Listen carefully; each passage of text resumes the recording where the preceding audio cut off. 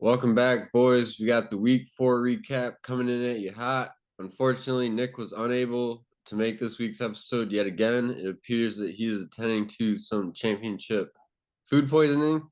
So we're going to have to go solo in this one. But luckily, we do have Adam Kleckner, team owner of Sticky Mistakes here. He did end up getting the Kiffin Award this week, and he's going to give us a breakdown of how that matchup went. So, Adam, welcome to the show. Thanks for joining us, and give us the breakdown of everything that happened. It's great to be here, Commissioner. Thanks for having me. All I gotta say, it's a beautiful day in the middle of fuck Glizz season right here. We were able to take the victory he thought he had away from him. So this game, it was going back and forth for a while here. I had some running back struggles, definitely. Didn't really put up a lot of points today. Got a little bold here, hoping that Aaron Jones would come off of his injury and just tear it up.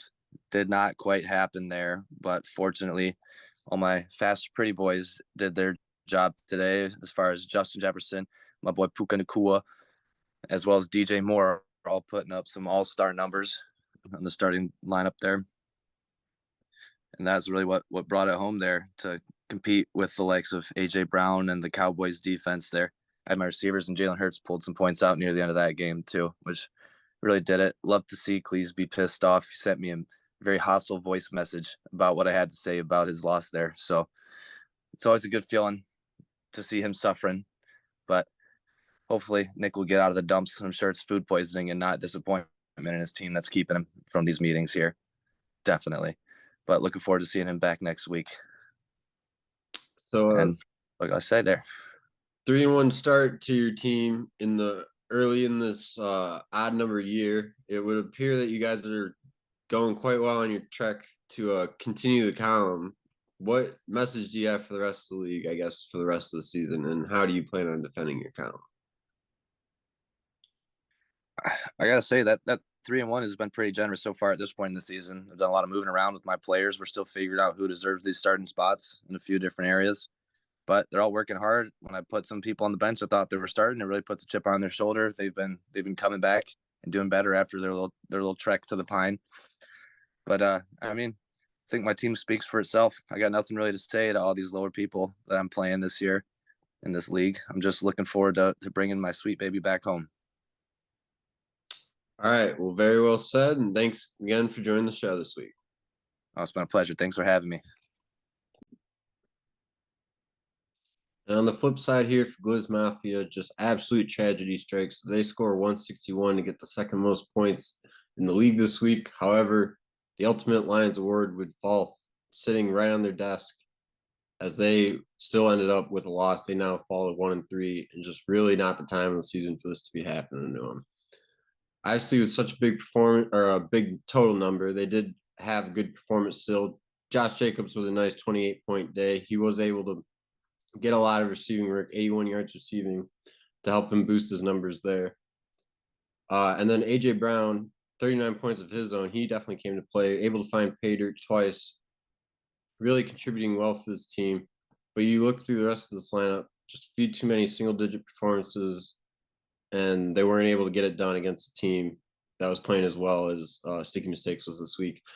In the 4 o'clock hour, the last two players to play were CeeDee Lamb and Dallas Cowboys defense. Cowboys defense put up 42, and CeeDee Lamb had a pretty good day himself. They were able to track it down to within 5 points, but they would ultimately come up just short. And like I said, they now sit at 1-3. It's definitely going to be an uphill climb to find the playoffs for this team, but they have a lot of playoff appearances in the past, so I wouldn't be too surprised to see them find success still. But it's definitely going to be a grind.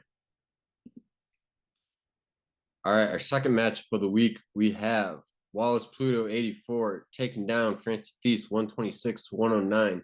This was our second rivalry week game of the season and the first matchup of the Caddyshack Bowl. These two teams will be playing each other again rivalry week 12. But it was Wallace Pluto that would find the win this week as they improved to 2-2. It was a bit of a grimy win, not the best performances out of them.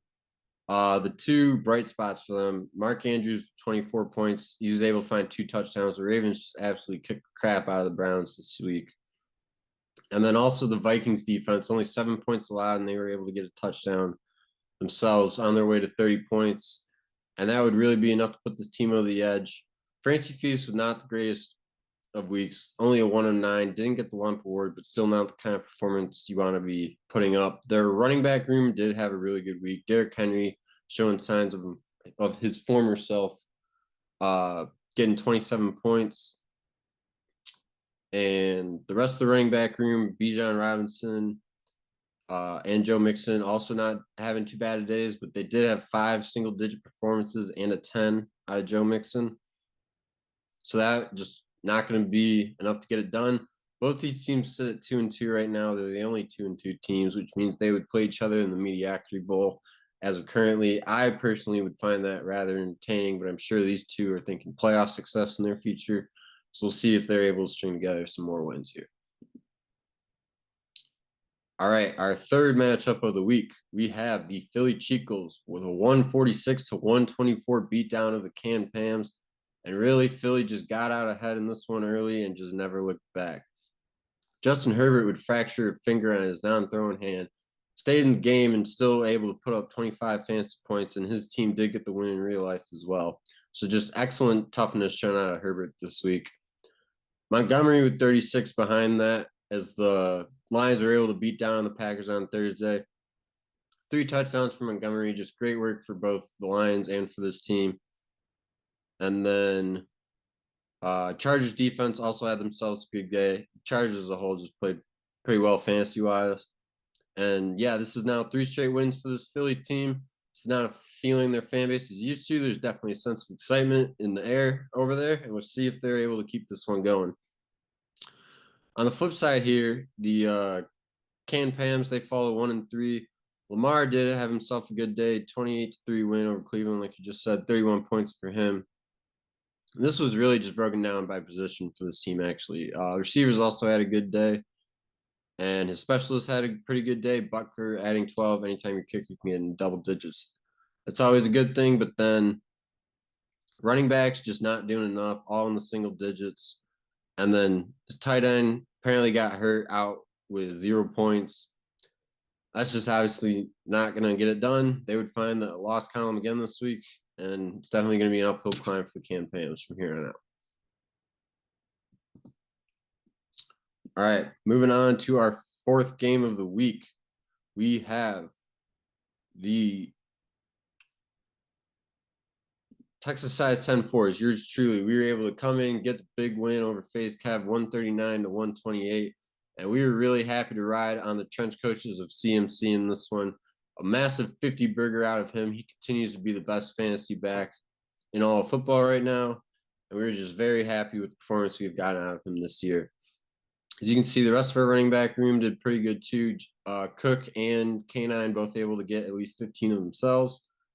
Our specialists were a little weak this week, only 4.5 out of Steelers defense and only 1 from our kicker.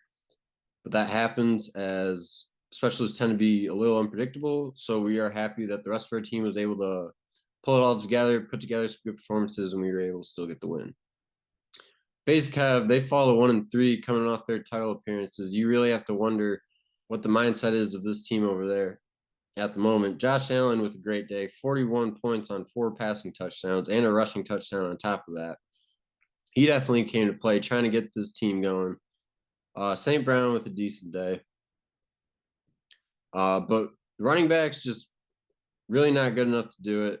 Williams with only 2.4. Josh Kelly also in single digits. And then Chris Olave only 0.9 points on 6 targets. You really got to see more out of him, especially with the contract that he was signed to by FaZe Cav this offseason.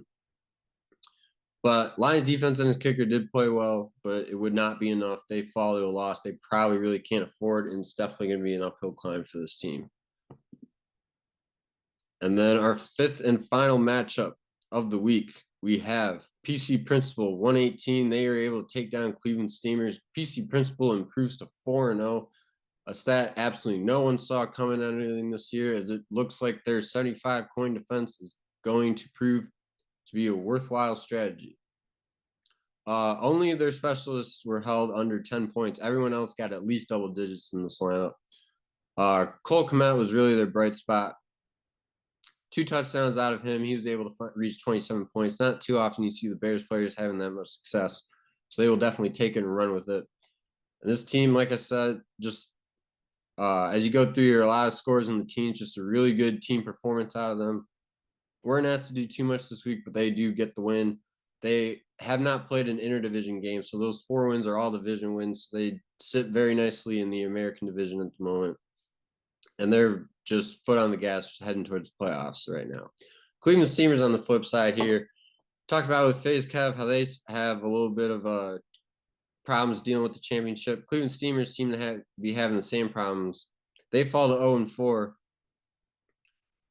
And Mahomes, only 16 points out of him against the Jets. He definitely struggled for chunks of that game as well. He's currently sitting at QB8, which does not sound bad, but it's definitely not the Mahomes that we are used to seeing. So we'll see if he's able to come back out and get the 30, 40, maybe even 50-point bombs we're used to seeing out of him. Running back room, just disappointing this week. 5-2, just not going to do it. Diggs has been playing his ass off. 3 touchdowns, able to rack up 35 points of his own. So, yeah, really just not enough firepower from the rest of the team. A fat 0 from his kicker. It's just not going well for Cleveland Steamers. Really not going well for either of our 2 championship teams right now. So we wanted to go take a little bit of a deep dive into this. Because as everyone knows, last year, these 2 teams were the 2 teams just absolutely gunning for the title the whole year. They finished both 10-3. The next best team was 7-6 behind them. So they were 2 clear favorites, and then we saw them end up facing each other in the championship. However, the DeMar Hamlin situation and that tragedy would cause us to have to call the game early and name these 2 co-champs, which is fine as they were both deserving of the award. There's no problem there, and they have no problem sharing the spotlight. But at the same time, we're all competitive dudes, and no one really wants to share the title of being the best. And when you already have to keep your locker room focused and not celebrating too hard, when you have to deal with all those side questions, it can just become even bigger distraction. And it's hard not to ask if that's maybe what we're seeing out of these 2 teams so far this year. FaZe Kev, they sit at only 1-3, and Cleveland Steamers has fallen to 0-4. And FaZe Kev's 1 win came against the Cleveland Steamers, which means these 2 teams are combined 0-7 against the rest of the league. And we are seeing teams such as the Phillies of the world and the Francy Feasts of the world finding success in place of these teams, and I personally cannot stand to witness that anymore. So we are going to go give these teams some keys, maybe help these GMs out, take some stress off of them, and see if we can give them some advice to get back to their winning ways and get rid of this championship curse that seems to be on both of their backs. So first, these teams have to deal with the given RB injuries that they've had to face this year. FaZe Kev has had Austin Eckler out for a few weeks now. It does sound like he's been slowly practicing, so he should get back in the next week, if not 2. So that should definitely be a big boost for them. But Cleveland Steamers, on the other hand, they've seen tragic season-ending injuries already to both Nick Chubb and J.K. Dobbins. So it's going to be tough for them to replace them, but this is the famous injured reserves franchise of a few years back. So us league members know that we are just waiting for Nick to go hit the waiver wire, pull some backup running back you've never heard, and then have him just drop a 30 bomb on your head and take the win home with him. So it could also, both these teams could also fit in a trade to get the running back room, but I'm really expecting them, especially Cleveland Steamers, to be attacking the waiver wire. So be on the lookout for that in the coming weeks. Key number 2 for these 2 teams, we got to see more team football. They definitely have bright spots on both these teams. Most notably, the link between them, between Josh Allen for FaZe Kev and Stephon Diggs for Cleveland Steamers, have both been absolutely insane this year, just putting up monster points week in and week out. However, you go back through these teams' games, and they just have too many single digits. It's 4, 5, 6 every week. And when you're asking 1 or maybe 2 guys to carry the entire lineup to a win week in and week out, it's just not going to work. So really, we need the depth of both of these teams to step up and start contributing and not being such liabilities. So there's really no other way to put it. And number 3, we got to get rid of this product placement on the trophy. It's bad. Voodoo. The trophy needs to be back in its original form. It was beautiful just the way it was. It did not need to be messed with. I don't know how that happened in the trophy transformation, but I feel like, we've tried it with the bad football. Let's give it the good one and see what happens. So that would be my advice to these 2 teams. Like I said, 2 historically very good GMs in our league. So I'm not too overly concerned with them. I do expect at least one of them to get out of the toilet bowl, but it's definitely an uphill climb for both of them. And with that, we are now going to take a look ahead at the week 5 schedule, so everyone knows what exciting action we have for this upcoming week. First matchup, we got yours truly, Texas size 10-4s. We got a big one this week going up against Sticky Mistakes. We both sit at 3-1 atop the Michigan division, so the winner will take sole first place. So we are definitely looking to bank that early and get our foot on the gas and run towards playoffs. Second matchup, we got Francy Feast. They sit at 2-2. Now taking on, they're looking to give PC Principal their first loss. PC Principal looking to stay hot and get their first interdivisional game. This is the first interdivisional game for these two teams. Third matchup, we got FaZe Kev 1-3. They look to right the ship going against Canned Pams. You're not going to find a much easier win than that. See if they're able to get it done and get things going back on the right track. Fourth game up, Glizz Mafia 1-3, coming off that heartbreaking loss. We'll see if they're able to play as well as they did and let the emotions not get the best of them. They're going up against Wallace Pluto. They're coming off a win. We'll see if they're able to string. I think they already have 2 together, so they're going to be looking to make 3 in a row. And then Philly Cheekles already won 3 in a row. They currently sit at 3-1. They're looking to take on Cleveland Steamers, still looking for their first win. We'll see if they're able to pull the upset and find their first win of the season. And with that, that is pretty much everything I have for everyone this week. Make sure you come back next week. We'll give you everything that happened in week 5. And yeah, thanks for everyone for tuning in, and peace out.